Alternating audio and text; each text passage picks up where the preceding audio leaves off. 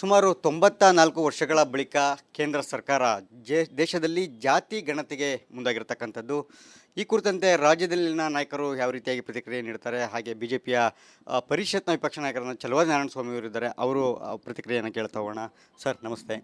ಆ, ಕೇಂದ್ರ ಸರ್ಕಾರ ಒಂದು ಮಹತ್ವದ ನಿರ್ಧಾರವನ್ನು ತೆಗೆದುಕೊಂಡಿದೆ. 94 ವರ್ಷಗಳ ಬಳಿಕ ಏನೇನೋ ಸರ್ಕಸ್ಗಳಾಗ್ತಾ ಇದ್ವು ರಾಜ್ಯಗಳಲ್ಲಿ. ಜಾತಿ ಗಣತಿ ಅನ್ನೋದೇ ಅದೊಂದು ಅಸ್ತ್ರವಾಗಿ ಮಾಡ್ಕೊಳ್ತಾ ಇದ್ರು. ಇಂಥ ಸಂದರ್ಭದಲ್ಲಿ ಇಲ್ಲೊಂದು ಕಡೆ ಅಚ್ಚರಿಯ ಒಂದು ಸಂದೇಶವನ್ನು ರವಾನೆ ಮಾಡಿರ್ತಕ್ಕಂಥದ್ದು, ಒಂದು ಆದೇಶ ಕೂಡ ಆಗಿರ್ತಕ್ಕಂಥದ್ದು. ದೇಶಕ್ಕೆ ಒಳಿತಾಗಬೇಕು ಅನ್ನೋದನ್ನು ಏನು ಮಾಡಬೇಕು, ಸಾಂದರ್ಭಿಕವಾಗಿ ಸರ್ಕಾರಗಳು ಮಾಡಬೇಕು. ಅದನ್ನು ಮೋದಿ ಸರ್ಕಾರ ಮಾಡಿದೆ, ಅದನ್ನು ನಾವು ಸ್ವಾಗತ ಮಾಡಬೇಕು. ಎರಡನೇ ವಿಚಾರ ಏನಂತಂದರೆ 1871ರಲ್ಲಿ ಈ ದೇಶದ ಸೆನ್ಸಸ್ ಪ್ರಾರಂಭ ಆಗಿದ್ದು. ಆದಮೇಲೆ ಅಂದಿನಿಂದ 1921-31 ಎರಡೂ ಸೆನ್ಸಸ್ಗಳಲ್ಲಿ ಕೂಡ ಜಾತಿ ಆಧಾರಿತ ಸೆನ್ಸಸ್ ಆಗಿದೆ. 41-51 ಆಗಲಿಲ್ಲ, ಅಲ್ಲಿಂದ ಶುರುವಾಗಿಲ್ಲ. 47ಕ್ಕೆ ಸರ್ಕಾರ ಬಂತಲ್ಲ, ಯಾಕೆ ನೆಹರೂರವರು ಮಾಡಲಿಲ್ಲ, ಮುಂದುವರಿಸಲಿಲ್ಲ? ಅಲ್ಲಿಂದ ಇಂದಿರಾ ಗಾಂಧಿ ಅವ್ರು ಯಾಕೆ ಅದನ್ನು ಮಾಡಲಿಲ್ಲ? ರಾಜೀವ್ ಗಾಂಧಿ ಅವ್ರು ಯಾಕೆ ಮಾಡಲಿಲ್ಲ? ಮನಮೋಹನ್ ಸಿಂಗ್ ಅವರು ಯಾಕೆ ಮಾಡಲಿಲ್ಲ? ಇದು ಪ್ರಶ್ನೆ. ಅಂದರೆ ಅವರು ಈ ಜಾತಿ ಗಣತಿಯ ವಿರುದ್ಧವಾಗಿದ್ದರು. ಈಗ ಜಾತ್ಯತೀತ ಅಂತ ಹೇಳೋರೆ, ಈಗ ಜಾತಿಗಳು ಬೇಕಾಗಿದೆ ಅವ್ರಿಗೆ. ಜಾತ್ಯತೀತ ಅಂದ್ರೇನು? ಜಾತಿ ರಹಿತ ಸಮಾಜ ಅನ್ನೋದು. ಈಗೇನಾಗಿದೆ, ಈಗ ಜಾತಿನೇ ಮುಖ್ಯ ಆಗಿಬಿಟ್ಟಿದೆ. ಈಗ ಅದಕ್ಕೇನು ಮಾಡ್ತಿದ್ರು, ಎಲ್ಲಿ ಕಾಂಗ್ರೆಸ್ಸು ಅಧಿಕಾರದಲ್ಲಿತ್ತೋ ಅಲ್ಲಿ ಜಾತಿ ಗಣತಿ ಮಾಡಿ ಅವ್ರಿಗೆ ನಾವೇನೋ ಅನುಕೂಲಗಳನ್ನು ಮಾಡಿಕೊಡ್ತೀವಿ ಅಂತ ಹೇಳಿ ಇದನ್ನು ಕ್ರಿಯೇಟ್ ಮಾಡ್ತಿದ್ರು. ಇಲ್ಲೂ ಕೂಡ ಬಹುಕಾಲದಿಂದ ಹೋರಾಟಗಳು ನಡೆದಿದೆ. ಜೊತೆಗೆ ಈ ಹಿಂದುಳಿದ ವರ್ಗಗಳ ಆಯೋಗದ ಮೂಲಕ ಕಾಂತರಾಜು ವರದಿ ಮಾಡಿಸಿದ್ರು. ಎಲ್ಲಿ ಅದರ ವರದಿ? ಎಲ್ಲಿ? ಮೂಲ ಪ್ರತಿನೇ ಕದ್ದೋಗ್ಬಿಟ್ರು. ಯಾರು ಮಾಡಿದರು ಬೇಕಲ್ಲ, ಹೋಗಲಿ. ಅವರು ತಂದು ಕೊಟ್ಟಾಗ ಅದನ್ನು ನೀವು ಯಾಕೆ ಟೇಬಲ್ ಮಾಡಲಿಲ್ಲ? ನಿಮಗೆ ಅದು ಇಲ್ಲ. ಈಗ ಹೆಗ್ಡೆಯವರದು ಅಂತ ಹೇಳ್ತೀರಿ. ಹೆಗ್ಡೆಯವರಿಗೆ ಆಧಾರ ಏನು? ಈಗ ನನಗೆ ಕೇಳ್ತೇನೆ, ವೆರಿ ಸಿಂಪಲ್ ಕ್ವಶನ್ ಮುಖ್ಯಮಂತ್ರಿಗಳಿಗೆ. 200 ಕೋಟಿ ನಮಗೆ ಕಾಂತರಾಜು ಆಯೋಗದ ವರದಿ ಮಾಡಲಿಕ್ಕೆ 200 ಕೋಟಿ ಖರ್ಚಾಗಿದೆ ಅಂತ ನೀವೇ ಹೇಳಿದ್ರಿ. ಆಯಿತು, ಒಪ್ಪೋಣ. ಈಗ ಇದನ್ನು ಸಪ್ರೇಟಾಗಿ ಮತ್ತೆ ಹೆಗ್ಡೆಯವರು ಬೇರೆ ಮಾಡಿದ್ರಲ್ವಾ? ಎಷ್ಟು ಕೋಟಿ ಖರ್ಚಾಯಿತು ನಿಮಗೆ ಅಂತ ಹೇಳಿದ್ದೀರಾ ಇದುವರೆಗೆ? ಅಂದರೆ ನೀವೆಲ್ಲನೂ ಜೆರಾಕ್ಸ್ ಕಾಪಿ ಕೊಡ್ತಾ ಇದ್ದೀರಿ, ನಾಟಕ ಆಡ್ತಾ ಇದ್ದೀರಿ. ಅಂದರೆ ಮೊದಲು ಹೇಳಿದ್ರಿ ಲಿಂಗಾಯತರು ನಂಬರ್ 1, ಸ್ವಲ್ಪ ದಿನ ಆಯಿತು, ಹೋಯ್ತು, ಬಿಟ್ಬಿಟ್ರಿ. ಅದಾದಮೇಲೆ ಹೇಳಿದ್ರಿ ದಲಿತರೇ ನಂಬರ್ 1 ರಾಜ್ಯದಲ್ಲಿ, ಅದನ್ನು ಬಿಟ್ಬಿಟ್ರಿ. ಕಾಂತರಾಜು ವರದಿ ಹೋಯ್ತು. ಈಗ ಹೆಗ್ಡೆಯವರ ವರದಿಯಲ್ಲಿ ಮುಸ್ಲಿಮರೇ ನಂಬರ್ 1 ಅಂತ ಎಲ್ಲಿಂದ ಬರ್ತಿದೋ? ಸೃಷ್ಟಿ ಎಲ್ಲಾಗ್ತಾ ಇದೆ? ಅಕ್ಷಯ ಪಾತ್ರನಾ ಇದು? ಇದೆಲ್ಲವನ್ನು ನೀವು ಈ ದೇಶವನ್ನು ಒಡೆಯತಕ್ಕಂಥದ್ದನ್ನು ಮೊದಲಿಂದ ಮಾಡ್ತಾ ಬಂದಿದ್ದೀರಿ. ಈಗ ಜಾತಿಗಳನ್ನು ಒಡೆಯಲಿಕ್ಕೆ ಮಾಡಿದ್ದೀರಿ. ಒಬ್ಬರನ್ನು ಎತ್ತು ಕಟ್ತೀರಿ, ಒಬ್ಬರನ್ನು ತುಳಿತೀರಿ. ಈ ರೀತಿಯ ಓಲೈಕೆ ಮಾಡಿ ರಾಜಕಾರಣ ಎಷ್ಟು ದಿನ ಮಾಡ್ತೀರಿ? ನಾವು ದೇಶ ಕಟ್ಟಬೇಕು, ರಾಜ್ಯ ಕಟ್ಟಬೇಕು, ಜಾತಿ ಕಟ್ಟೋದಲ್ಲ. ಆ ಕಾರಣದಿಂದ ನಿಮಗೆ ನೈತಿಕತೆಯೇ ಇಲ್ಲ. ಅದಕ್ಕೆ ಕೇಂದ್ರ ಸರ್ಕಾರ ಇದನ್ನು ಗಮನಿಸ್ತಾ ಇತ್ತು. ಈ ರೀತಿ ಗೊಂದಲ ಸೃಷ್ಟಿಸಿ ಇವರು ರಾಜಕಾರಣ ಮಾಡಲಿಕ್ಕೆ ನೋಡ್ತಿದ್ದಾರೆ, ಇದಕ್ಕೊಂದು ಇತಿಶ್ರೀ ಆಡಬೇಕು, ಇದಕ್ಕೆ ತೆರೆ ಎಳಿಬೇಕು. ಅದಕ್ಕೇನು ಮಾಡಿದ್ರು?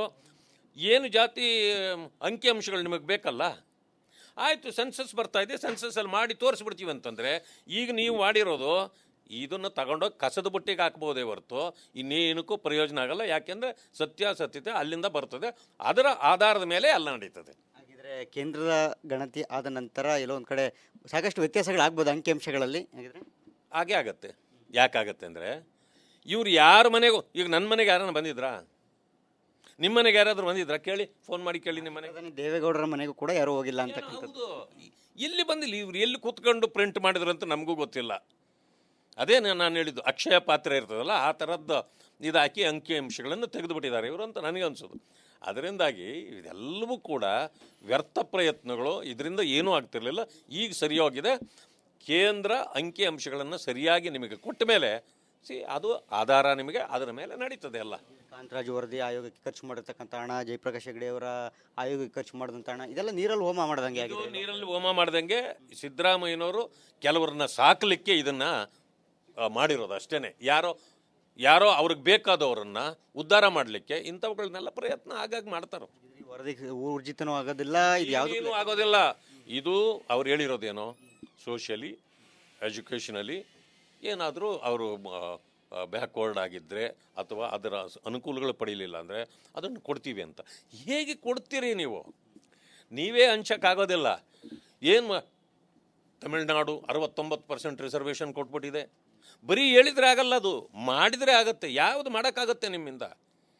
ಏನು ಆಧಾರದ ಮೇಲೆ ಮಾಡ್ತೀರಿ? ಅವೆಲ್ಲ ಮಾಡೋಕ್ಕಾಗೋದಿಲ್ಲ. ಕಡೆ ಆಯೋಗಕ್ಕೆ ಖರ್ಚಾಗಿರ್ತಕ್ಕಂಥ ಹಣಕಾಸು ಅದು ಈ ವಿಚಾರಗಳನ್ನು ಮುಚ್ಚಿಟ್ಟಿರ್ತಕ್ಕಂಥದ್ದು ಅಂದರೆ ಎಷ್ಟಾಗಿ ಯಾಕೆ ಹೇಳಲಿಲ್ಲ? ನಾನು ಅದಕ್ಕೆ ಸಿಂಪಲ್ ಕ್ವಶನ್ ಅಂತ ಹೇಳಿದೆ. 200 ಕೋಟಿ ಕಾಂತರಾಜ್ ಆಯೋಗಕ್ಕೆ ಆಗೋದಾದರೆ ನಾವು ಅದನ್ನು ಬಿಟ್ವಿ, ಈಗ ನಾವು ಮಾಡ್ತಾ ಇದ್ದೀವಿ, ನಾನು ಸಪ್ರೇಟ್ ಮಾಡಿಕೊಡ್ತೀನಿ ಅಂದ್ರಿ. ಆವಾಗ ದಲಿತರು ನಂಬರ್ 1 ಅಂತ ತೋರಿಸಿದ್ರು ಅವರು. ಈಗ ಮುಸ್ಲಿಮರು ನಂಬರ್ 1 ಮಾಡಿದ್ದೀರಿ.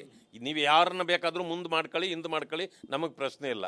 ನಾನು ಕೇಳ್ತಕ್ಕಂಥದ್ದು ಅದಕ್ಕೆ 200 ಕೋಟಿ ಖರ್ಚಾದ್ಮೇಲೆ ಇದಕ್ಕೆ ಎಷ್ಟಾಯ್ತು ಹೇಳಿ? ಇದುವರೆಗೂ ಬಹಿರಂಗಪಡಿಸಿಲ್ಲ ನೀವು ಅದಕ್ಕೂ 200 ಕೋಟಿ ಆಯ್ತು ಅಂತಂದರೆ ಅವಾಗ ಹೇಳ್ಬೋದಾಗಿತ್ತು, ಇದು ಸಪ್ರೇಟ್ ಮಾಡ್ಯವ್ರೆ ಅಂತ. ನೀವು ಅದನ್ನೇ ಜೆರಾಕ್ಸ್ ಮಾಡಿಸ್ಕೊಂಡು ಒಂದು ಸ್ವಲ್ಪ ತಿದ್ದುಪಡಿಗಳು ಮಾಡ್ಕೊಂಡು ಅನೌನ್ಸ್ ಮಾಡ್ಕೊಂಡಿದ್ದೀವಿ. ಆಗ್ರಹ ಮಾಡ್ತೀವಿ. ಅಲ್ಲಲ್ಲ, ಮಾಡಬೇಕು. ಆಗ್ರಹ ಮಾಡಿದೇನು ಸತ್ಯಗಳನ್ನು ಹೊರಗಡೆ ಇರತಕ್ಕಂಥ ಕೆಲಸವನ್ನು ಸರ್ಕಾರ ಮಾಡಬೇಕು. Thank you sir. ಇದಿಷ್ಟು ಕೂಡ ಪರಿಷತ್ತು ವಿಪಕ್ಷ ನಾಯಕರಂತ ಚಲವಾದಿ ನಾರಾಯಣಸ್ವಾಮಿ ಅವರ ಮಾತು. ಅವರು ಹೇಳುವಂತೆ ಏನು ರಾಜ್ಯದಲ್ಲಿ ಜಯಪ್ರಕಾಶ್ ಹೆಗಡೆ ಹಾಗೆ ಕಾಂತರಾಜು ವರದಿ ಆಯೋಗ ಮಾಡ್ತು, ಇದು ಯಾವುದೂ ಕೂಡ ಅಂಕಿಅಂಶಗಳು ಕೂಡ ಊರ್ಜಿತ ಆಗೋದಿಲ್ಲ. ಹೀಗಾಗಿ ಕೇಂದ್ರ ಸರ್ಕಾರ ಜಾತಿ ಜನಗಣತಿಗೆ ಮುಂದಾಗಿರ್ತಕ್ಕಂಥ ಅದೇ ಅಂತಿಮವಾಗಿ ರೂಪುರೇಷೆ ಆಗುತ್ತಕ್ಕಂಥದ್ದು. ಜೊತೆಗೆ ಜಯಪ್ರಕಾಶ್ ಹೆಗಡೆ ಆಯೋಗಕ್ಕೆ ಆಗಿರತಕ್ಕಂಥ ಖರ್ಚು ವೆಚ್ಚದ ವಿವರವನ್ನು ಎಲ್ಲಿಯೂ ಕೂಡ ಇವರು ಕೂಡ ಸರ್ಕಾರ ಬಹಿರಂಗ ಮಾಡಿಲ್ಲ. ಹೀಗಾಗಿ ನಾನು ವಿಪಕ್ಷ ನಾಯಕರಾಗಿ ಜಯಪ್ರಕಾಶ್ ಹೆಗಡೆಯವರ ಆಯೋಗಕ್ಕೆ ಆಗಿರ್ತಕ್ಕಂಥ ಖರ್ಚು ವೆಚ್ಚವನ್ನು ಬಹಿರಂಗಪಡಿಸಬೇಕು ಅಂತ ಹೇಳಿ ಸರ್ಕಾರಕ್ಕೆ ಆಗ್ರಹವನ್ನು ಮಾಡಿದ್ದಾರೆ. ನೋಡೋಣ ಏನಾದರೂ ಸರ್ಕಾರ ಏನಾದರೂ ಬಹಿರಂಗ ಮಾಡ್ತಾ ಅನ್ನೋದನ್ನು. ಕ್ಯಾಮ್ರಾ ಪರ್ಸನ್ ಮಧು ಜೊತೆ ಸುರೇಶ್, ರಿಪಬ್ಲಿಕ್ ಕನ್ನಡ, ಬೆಂಗಳೂರು. ಸುಮಾರು 94 ವರ್ಷಗಳ ಬಳಿಕ ಕೇಂದ್ರ ಸರ್ಕಾರ ದೇಶದಲ್ಲಿ ಜಾತಿ ಗಣತಿಗೆ ಮುಂದಾಗಿರ್ತಕ್ಕಂಥದ್ದು. ಈ ಕುರಿತಂತೆ ರಾಜ್ಯದಲ್ಲಿನ ನಾಯಕರು ಯಾವ ರೀತಿಯಾಗಿ ಪ್ರತಿಕ್ರಿಯೆ ನೀಡ್ತಾರೆ, ಹಾಗೆ BJPಯ ಪರಿಷತ್ನ ವಿಪಕ್ಷ ನಾಯಕರನ್ನು ಚಲವಾದಿ ನಾರಾಯಣಸ್ವಾಮಿ ಅವರಿದ್ದಾರೆ, ಅವರು ಪ್ರತಿಕ್ರಿಯೆಯನ್ನು ಕೇಳ್ತಾ ಹೋಗೋಣ. ಸರ್ ನಮಸ್ತೆ. ಕೇಂದ್ರ ಸರ್ಕಾರ ಒಂದು ಮಹತ್ವದ ನಿರ್ಧಾರವನ್ನು ತೆಗೆದುಕೊಂಡಿದೆ. 94 ವರ್ಷಗಳ ಬಳಿಕ ಏನೇನೋ ಸರ್ಕಸ್ಗಳಾಗ್ತಾಯಿದ್ವು ರಾಜ್ಯಗಳಲ್ಲಿ. ಜಾತಿ ಗಣತಿ ಅನ್ನೋದೇ ಅದೊಂದು ಅಸ್ತ್ರವಾಗಿ ಮಾಡ್ಕೊಳ್ತಾ ಇದ್ರು. ಇಂಥ ಸಂದರ್ಭದಲ್ಲಿ ಇಲ್ಲೊಂದು ಕಡೆ ಅಚ್ಚರಿಯ ಒಂದು ಸಂದೇಶವನ್ನು ರವಾನೆ ಮಾಡಿರ್ತಕ್ಕಂಥದ್ದು, ಒಂದು ಆದೇಶ ಕೂಡ ಆಗಿರ್ತಕ್ಕಂಥದ್ದು. ದೇಶಕ್ಕೆ ಒಳಿತಾಗಬೇಕು ಅನ್ನೋದನ್ನು ಏನು ಮಾಡಬೇಕು, ಸಾಂದರ್ಭಿಕವಾಗಿ ಸರ್ಕಾರಗಳು ಮಾಡಬೇಕು. ಅದನ್ನು ಮೋದಿ ಸರ್ಕಾರ ಮಾಡಿದೆ. ಅದನ್ನು ನಾವು ಸ್ವಾಗತ ಮಾಡಬೇಕು. ಎರಡನೇ ವಿಚಾರ ಏನಂತಂದರೆ 1871ರಲ್ಲಿ ಈ ದೇಶದ ಸೆನ್ಸಸ್ ಪ್ರಾರಂಭ ಆಗಿದ್ದು. ಆದಮೇಲೆ ಅಂದಿನಿಂದ 1921, 31 ಎರಡೂ ಸೆನ್ಸಸ್ಗಳಲ್ಲಿ ಕೂಡ ಜಾತಿ ಆಧಾರಿತ ಸೆನ್ಸಸ್ ಆಗಿದೆ. 41, 51 ಆಗಲಿಲ್ಲ, ಅಲ್ಲಿಂದ ಶುರು ಆಗಿಲ್ಲ. 47ಕ್ಕೇನೆ ಸರ್ಕಾರ ಬಂತಲ್ಲ, ಯಾಕೆ ನೆಹರೂರವರು ಮಾಡಲಿಲ್ಲ, ಮುಂದುವರಿಸಲಿಲ್ಲ? ಅಲ್ಲಿಂದ ಇಂದಿರಾ ಗಾಂಧಿ ಅವರು ಯಾಕೆ ಅದನ್ನು ಮಾಡಲಿಲ್ಲ? ರಾಜೀವ್ ಗಾಂಧಿ ಅವರು ಯಾಕೆ ಮಾಡಲಿಲ್ಲ? ಮನಮೋಹನ್ ಸಿಂಗ್ ಅವರು ಯಾಕೆ ಮಾಡಲಿಲ್ಲ? ಇದು ಪ್ರಶ್ನೆ. ಅಂದರೆ ಅವರು ಈ ಜಾತಿ ಗಣತಿಯ ವಿರುದ್ಧವಾಗಿದ್ದರು. ಈಗ ಜಾತ್ಯತೀತ ಅಂತ ಹೇಳೋರೆ, ಈಗ ಜಾತಿಗಳು ಬೇಕಾಗಿದೆ ಅವ್ರಿಗೆ. ಜಾತ್ಯತೀತ ಅಂದ್ರೇನು? ಜಾತಿ ರಹಿತ ಸಮಾಜ ಅನ್ನೋದು. ಈಗೇನಾಗಿದೆ, ಈಗ ಜಾತಿನೇ ಮುಖ್ಯ ಆಗಿಬಿಟ್ಟಿದೆ. ಈಗ ಅದಕ್ಕೇನು ಮಾಡ್ತಿದ್ರು, ಎಲ್ಲಿ ಕಾಂಗ್ರೆಸ್ಸು ಅಧಿಕಾರದಲ್ಲಿತ್ತೋ ಅಲ್ಲಿ ಜಾತಿ ಗಣತಿ ಮಾಡಿ ಅವ್ರಿಗೆ ನಾವೇನೋ ಅನುಕೂಲಗಳನ್ನು ಮಾಡಿಕೊಡ್ತೀವಿ ಅಂಥೇಳಿ ಇದನ್ನು ಕ್ರಿಯೇಟ್ ಮಾಡ್ತಿದ್ರು. ಇಲ್ಲೂ ಕೂಡ ಬಹುಕಾಲದಿಂದ ಹೋರಾಟಗಳು ನಡೆದಿದೆ. ಜೊತೆಗೆ ಈ ಹಿಂದುಳಿದ ವರ್ಗಗಳ ಆಯೋಗದ ಮೂಲಕ ಕಾಂತರಾಜು ವರದಿ ಮಾಡಿಸಿದ್ರು. ಎಲ್ಲಿ ಅದರ ವರದಿ? ಎಲ್ಲಿ? ಮೂಲ ಪ್ರತಿನೇ ಕದ್ದು ಹೋಗ್ಬಿಟ್ರು. ಯಾರು ಮಾಡಿದರು ಬೇಕಲ್ಲ, ಹೋಗಲಿ. ಅವರು ತಂದು ಕೊಟ್ಟಾಗ ಅದನ್ನು ನೀವು ಯಾಕೆ ಟೇಬಲ್ ಮಾಡಲಿಲ್ಲ? ನಿಮಗೆ ಅದೂ ಇಲ್ಲ. ಈಗ ಹೆಗ್ಡೆಯವರದು ಅಂತ ಹೇಳ್ತೀರಿ. ಹೆಗ್ಡೆಯವರಿಗೆ ಆಧಾರ ಏನು? ಈಗ ನನಗೆ ಕೇಳ್ತೇನೆ, ವೆರಿ ಸಿಂಪಲ್ ಕ್ವಶನ್ ಮುಖ್ಯಮಂತ್ರಿಗಳಿಗೆ. 200 ಕೋಟಿ ನಮಗೆ ಕಾಂತರಾಜು ಆಯೋಗದ ವರದಿ ಮಾಡಲಿಕ್ಕೆ 200 ಕೋಟಿ ಖರ್ಚಾಗಿದೆ ಅಂತ ನೀವೇ ಹೇಳಿದ್ರಿ. ಆಯಿತು, ಒಪ್ಪೋಣ. ಈಗ ಇದನ್ನು ಸಪ್ರೇಟಾಗಿ ಮತ್ತೆ ಹೆಗ್ಡೆಯವರು ಬೇರೆ ಮಾಡಿದ್ರಲ್ವಾ? ಎಷ್ಟು ಕೋಟಿ ಖರ್ಚಾಯಿತು ನಿಮಗೆ ಅಂತ ಹೇಳಿದ್ದೀರಾ ಇದುವರೆಗೆ? ಅಂದರೆ ನೀವೆಲ್ಲನೂ ಜೆರಾಕ್ಸ್ ಕಾಪಿ ಕೊಡ್ತಾ ಇದ್ದೀರಿ, ನಾಟಕ ಆಡ್ತಾ ಇದ್ದೀರಿ. ಅಂದರೆ ಮೊದಲು ಹೇಳಿದ್ರಿ ಲಿಂಗಾಯತರು ನಂಬರ್ 1, ಸ್ವಲ್ಪ ದಿನ ಆಯಿತು ಹೋಯ್ತು ಬಿಟ್ಬಿಟ್ರಿ. ಅದಾದಮೇಲೆ ಹೇಳಿದ್ರಿ ದಲಿತರೇ ನಂಬರ್ 1 ರಾಜ್ಯದಲ್ಲಿ, ಅದನ್ನು ಬಿಟ್ಬಿಟ್ರಿ. ಕಾಂತರಾಜು ವರದಿ ಹೋಯ್ತು. ಈಗ ಹೆಗ್ಡೆಯವರ ವರದಿಯಲ್ಲಿ ಮುಸ್ಲಿಮರೇ ನಂಬರ್ 1 ಅಂತ ಎಲ್ಲಿಂದ ಬರ್ತಿದೋ? ಸೃಷ್ಟಿ ಎಲ್ಲಾಗ್ತಾ ಇದೆ? ಅಕ್ಷಯ ಪಾತ್ರನಾ ಇದು? ಇದೆಲ್ಲವನ್ನು ನೀವು ಈ ದೇಶವನ್ನು ಒಡೆಯತಕ್ಕಂಥದ್ದನ್ನು ಮೊದಲಿಂದ ಮಾಡ್ತಾ ಬಂದಿದ್ದೀರಿ. ಈಗ ಜಾತಿಗಳನ್ನು ಒಡೆಯಲಿಕ್ಕೆ ಮಾಡಿದ್ದೀರಿ. ಒಬ್ಬರನ್ನು ಎತ್ತು ಕಟ್ತೀರಿ, ಒಬ್ಬರನ್ನು ತುಳಿತೀರಿ.